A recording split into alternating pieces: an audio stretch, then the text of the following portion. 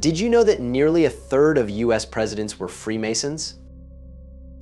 This ancient and secretive fraternity has fascinated and intrigued many, but what exactly drew these American presidents to join? Let's explore the Masonic experiences of these leaders and uncover how this influential organization shaped their paths. That's right. George Washington, the first president of the United States, was also the nation's first Masonic president. At the age of 20, Washington became a Master Mason, the highest initial rank in the organization, when he was initiated into the Fredericksburg Lodge in Virginia in 1752. In 1782, he was elected Worshipful Master of Alexandria Lodge No. 22. Notably, the Bible Washington used during his inauguration was from St. John's Lodge No. 1 of the ancient York Masons, and it has since been used by several other presidents. He even laid the cornerstone of the Capitol building in Washington, D.C. in a Masonic ceremony. According to historians, the first president may have been attracted to the Masonic Order's Enlightenment ideals. Throughout his life, Washington maintained connections with his Masonic brothers. His Masonic ties remained significant, as evidenced by the George Washington Masonic National Memorial, dedicated in 1932 and completed in 1970. James Monroe, the fifth president of the United States, had a notable but somewhat limited association with Freemasonry. It appears that he was initiated on November 9, 1775, in St. John's Regimental Lodge in the Continental Army. According to the Masonic Trowel, Monroe officially entered the Williamsburg Lodge No. 6 in 1776 when he was a 17-year-old student at the College of William and Mary. At that time, he was heavily involved in anti-crown activities on campus. Records indicate that he paid dues to the lodge from 1776 to 1780. During these formative years, Monroe's life was marked by significant events. He left college to fight in the American Revolution, where he nearly died after being shot during the Battle of Trenton. After recovering, he returned to William and Mary to study law. There are no known records to confirm his advancement through the degrees, but there is evidence that Monroe was received as a Master Mason during a visit to a Tennessee lodge in 1819. However, Monroe's connection to Freemasonry resurfaced later in his life. On August 22, 1820, he attended the cornerstone ceremony of Washington, D.C.'s first City Hall, which is now the district's Court of Appeals building. Andrew Jackson, the seventh president, was a man of contradictions. A war hero, a populist leader, a slave owner, but one constant in his life was his unwavering dedication to Freemasonry. Before he was president, Jackson was Grand Master of the Grand Lodge of Tennessee from 1822 to 1824, having been made a Freemason in Nashville. He appears to have been a member of St. Tammany Lodge No. 29, later renamed Harmony Lodge No. 1, as early as 1800. He is officially listed as a member in the Lodge Returns to the Grand Lodge of Tennessee for 1805. During his presidency, Jackson's Masonic affiliation became a significant political issue due to the emergence of the Anti-Masonic Party, the first third party in US politics. This party formed in response to a backlash against Freemasonry, particularly after the 1826 unsolved kidnapping of a New York man who had threatened to reveal their secret rites. This incident fueled perceptions of the Freemasons as a sinister, elitist, and anti-democratic secret society. The Anti-Masonic Party naturally opposed Jackson, who was not only a Mason but a high-ranking one. Jackson's Masonic ties thus became a focal point for the party's political agenda, as they viewed his position as Grand Master as emblematic of the elite power structure they sought to challenge. Jackson served 2 terms as president from 1829 to 1837 and died in June 1845 at the Hermitage near Nashville, Tennessee. James Knox Polk, the 11th president, began his Masonic journey in Tennessee, a state rich in Masonic tradition. He was initiated as a Master Mason in Columbia Lodge No. 31 on June 5, 1820, passed on August 7th, and raised on September 4th of the same year. In 1825, he became a Royal Archmason in Lafayette Chapter No. 4, also located in Columbia. Polk's political career mirrored his Masonic progression, marked by ambition and a commitment to public service. He served in the Tennessee legislature and became a close friend of Andrew Jackson. He then served as the governor of Tennessee from 1839 to 1841, before being elected President of the United States, serving from 1845 to 1849. During his presidency, Polk's Masonic ties played a notable role. He arranged for the laying of the cornerstone of the Smithsonian Institution in a Masonic ceremony on May 1, 1847, and attended the cornerstone ceremony for the Washington Monument on July 4, 1848. Polk left office in poor health and died a few months later on June 15, 1849, in Nashville, Tennessee. His life and career were characterized by dedication to both his country and the Masonic principles he held dear. James Buchanan, the 15th president, was an extremely active Mason. He was initiated as a Master Mason in 1817 in Lodge No. 43 Lancaster under the Grand Lodge of Pennsylvania. Buchanan served as junior warden of his lodge and then as worshipful master in 1825. In 1826, he was exalted in Royal Arch Chapter No. 43 and became Deputy Grand Master of the Grand Lodge of Pennsylvania, having already served as Deputy District Grand Master in 1824. Despite his deep commitment to Freemasonry and its principles, Buchanan's presidency is often ranked among the worst in U.S. history. His tenure was marred by indecision and a failure to address the looming crisis of secession, making his story a cautionary tale. While his Masonic ties were significant in his life, whether they influenced his presidential decisions remains a question without clear answers.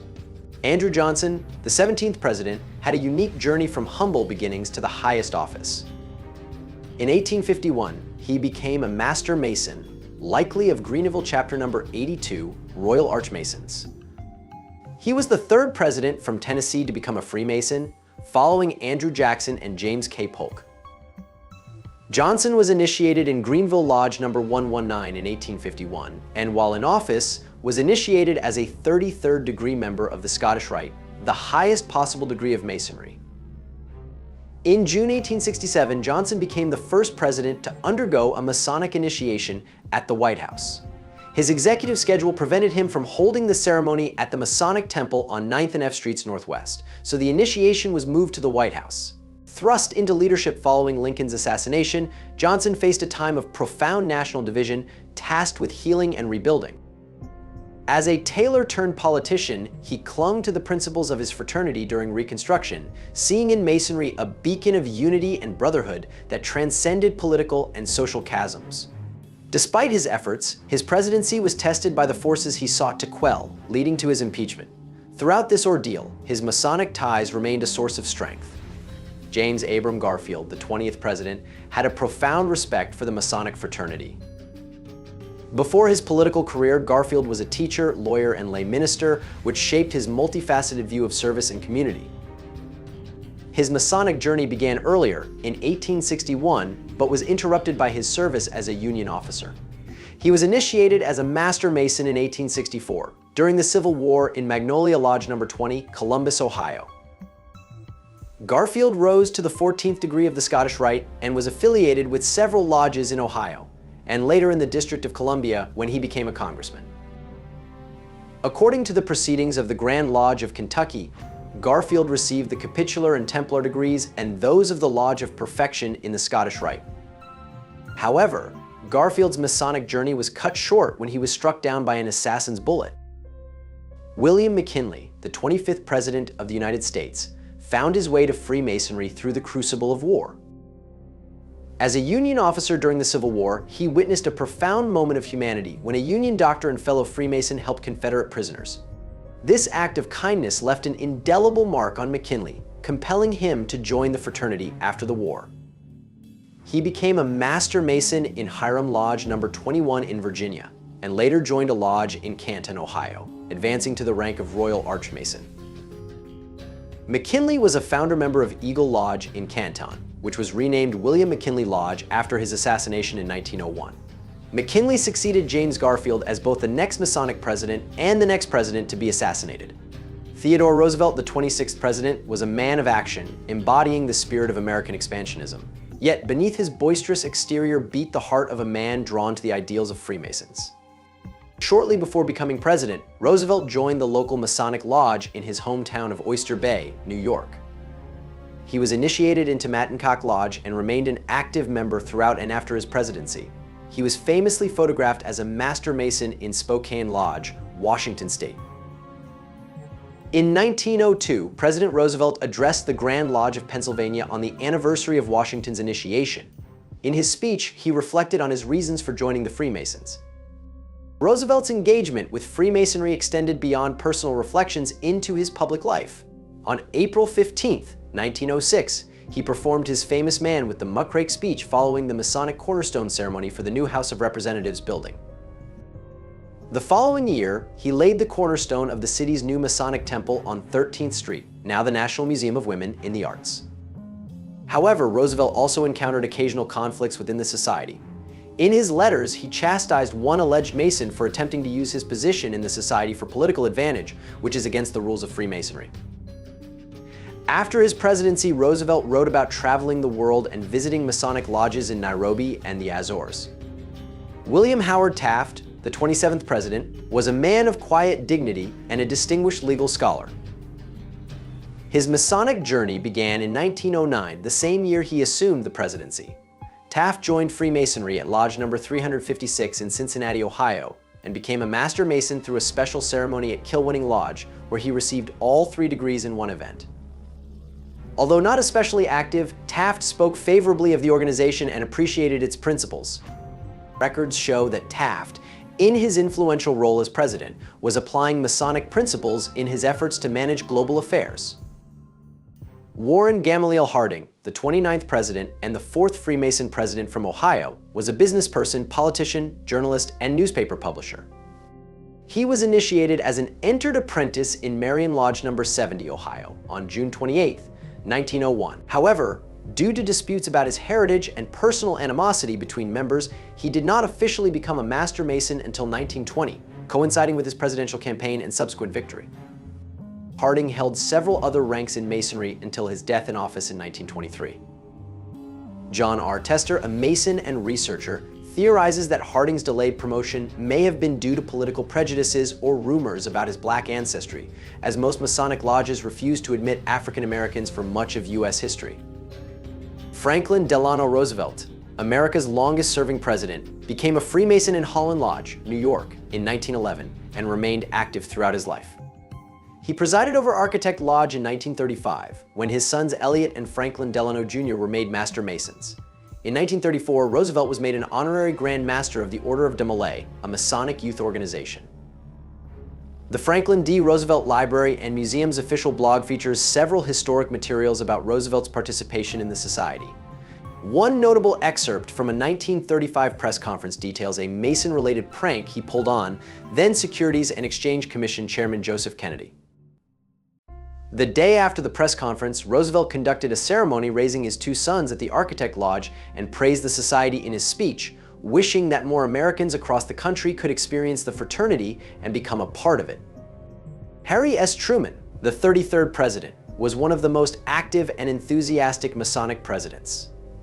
Initiated as a Master Mason in 1909 in Belton Lodge, Missouri, he quickly became deeply involved in Freemasonry. In 1911, he helped found his own lodge and was elected its first worshipful master. By 1940, he had become the Grand Master of Masons of Missouri, and after World War II, he attained the 33rd degree rank. As president, he remained a committed Mason, wearing a double-band gold Masonic ring and continuing to engage in Masonic activities. During his second term, the White House underwent renovations that uncovered stones marked by the original Masons.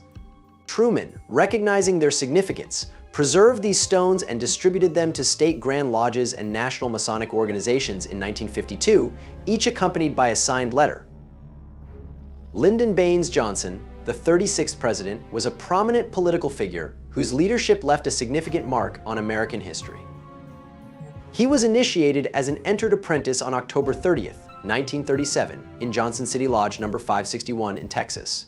However, he did not advance further and did not become a full member of his lodge. Gerald Rudolph Ford, the 38th president, was not only a prominent politician but also an accomplished American football player, lawyer, and a Freemason.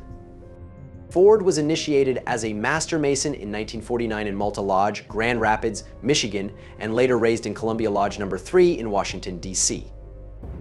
He earned several Masonic ranks, including the 33rd degree in 1961, and served as an honorary Grand Master and an active member of the International Supreme Council, maintaining his involvement throughout his presidency. As the last known presidential Master Mason, Ford was also made an honorary Grand Master of the Order of Demolay in 1975. That same year, he helped unveil the Masonic Memorial honoring George Washington. In his speech at the event, Ford reflected on his Masonic journey, recalling the value his father placed on the order and expressing honor at joining the ranks of former presidents who were Masons. And so, the Masonic history of the US presidency comes full circle. Thank you for joining me on this journey through history. Don't forget to like, subscribe, and stay tuned for more deep dives into the intriguing intersections of history and influence.